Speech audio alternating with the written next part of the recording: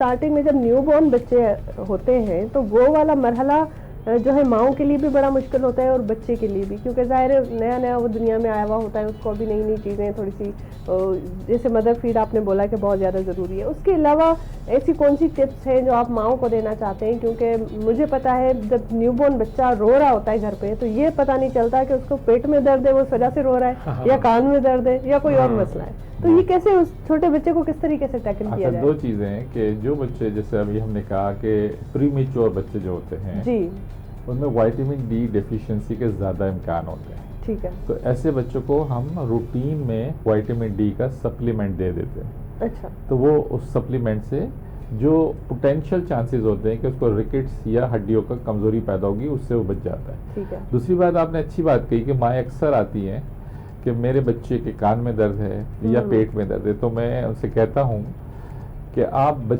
बच्चे की शिकायत बताएं, तशखीस ना बताएं जी, क्योंकि आपकी बात की रहनुमाई लेते हुए डॉक्टर शायद यही दवा लिख देता है, जबकि हो सकता है ये मसला ना हो।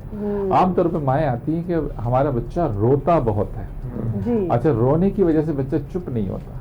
तो एक कंडीशन होती है जिसको हम कहते हैं एब्डोमिनल कॉलिक, पेट का दर्द होना। वो नौज़ायदा बच्चों में एक कॉमन चीज़ है, पहले 6 माह में होता है। अच्छा, उसमें आम तौर पे जो बच्चे माँ का दूध पी रहे होते हैं उनमें इम्कानात कम होते हैं। जो माएँ फीडर पिला रही होती हैं तो उसमें एयर की ज़्यादा मिकदार अंदर जाती है और जरासीम के जाने के इम्कानात बहुत बढ़ जाते हैं, जिसकी वजह से भी बच्चों को पेट का दर्द होता है। एब्डोमिनल कॉलिक में सिंपल माएँ कहती हैं, हमारे पास आके फरमाइशें करती, डॉक्टर साहब मेरा बच्चा रोता बहुत है और भूखा रहता है, आप मुझे फौरन एक और दूध का डब्बा लिख दें।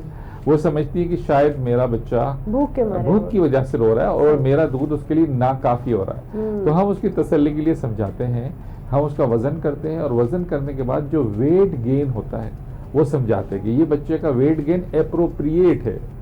वेट गेन एप्रोप्रिएट है तो इसका मतलब इसको कैलोरीज पूरी मिल रही है, अब इसके रोने की वजूहत कुछ और है। एब्डोमिनल कॉलिक में सिंपल, अगर माएँ बच्चे को दूध पिलाने के आधा 1 घंटे के बाद अगर उल्टा लिटा देती हैं, उससे भी वो कॉलिक ठीक हो जाता है। माँ की गोद में बच्चा आ जाता है तो उससे भी ठीक हो जाता है। अगर नहीं हो रहा होता है तो फिर हम कॉलिक के हवाले से कुछ ट्रीटमेंट एडवाइस कर देते हैं और उसके बाद वो कॉलिक ठीक हो जाता है। वो इतना ज़्यादा खतरनाक नहीं होता, तो वो बच्चा उस कॉलिक से निकल आता है।